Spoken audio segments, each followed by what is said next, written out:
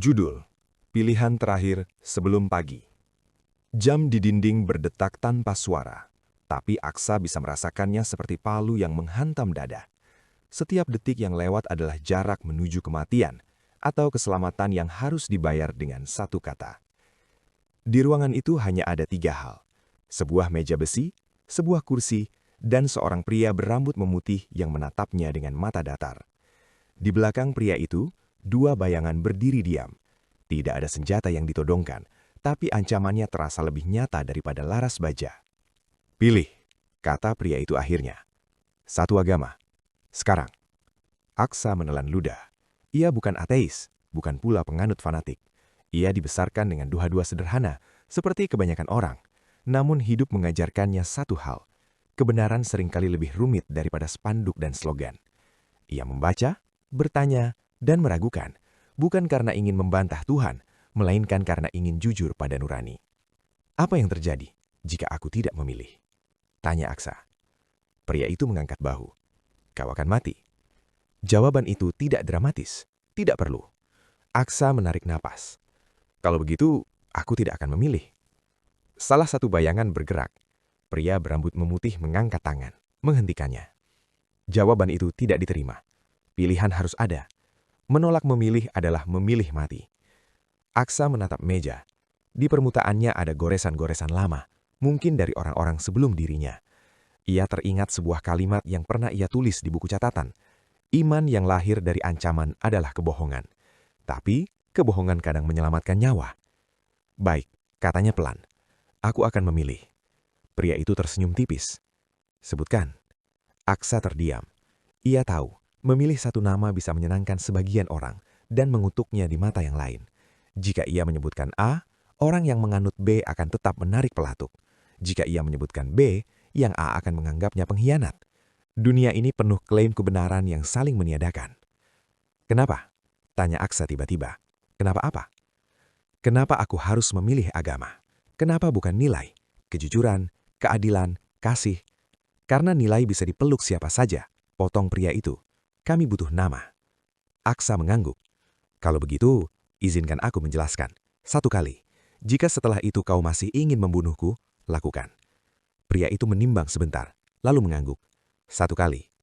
Aksa berdiri, kakinya gemetar, tapi suaranya jernih. Jika kita berbicara tentang Tuhan, bukan tradisi, bukan budaya, maka Tuhan harus mutlak, tidak bergantung, tidak berubah, tidak lahir dan tidak mati. Tidak masuk ke dalam ciptaannya, karena yang masuk ke dalam ciptaan menjadi terbatas. Pria itu menyipitkan mata, tapi tidak menghentikannya.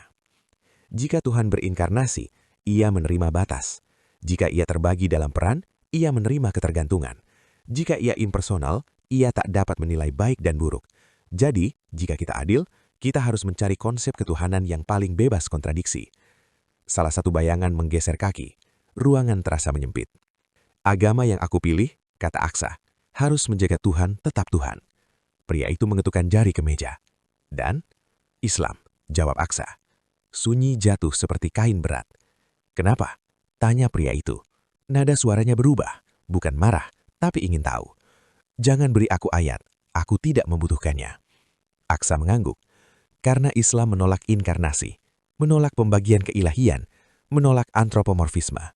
Ia mengatakan Tuhan satu, mutlak, tidak menyerupai makhluk, tidak lahir dan tidak dilahirkan. Itu bukan sekedar klaim iman, tapi koherensi metafisika. "Dan agama lain?" tanya pria itu. "Banyak yang indah dalam nilai dan praktik," jawab Aksa jujur. Namun ketika konsep Tuhan diuji dengan kriteria yang sama, kontradiksi muncul. Jika Tuhan menjadi manusia, ia terbatas. Jika ia memiliki bagian-bagian atau pribadi yang saling berelasi, ia tidak lagi absolut. Yang bergantung bukan Tuhan. Pria itu terdiam lama. Jam berdetak. Aksa merasakan keringat di punggungnya. "Apakah kau beriman?" tanya pria itu akhirnya. Aksa ragu. "Aku sedang belajar jujur," katanya.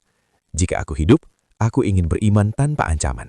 Jika aku mati, setidaknya aku mati tanpa berbohong." Bayangan di belakang bergerak. Aksa menutup mata.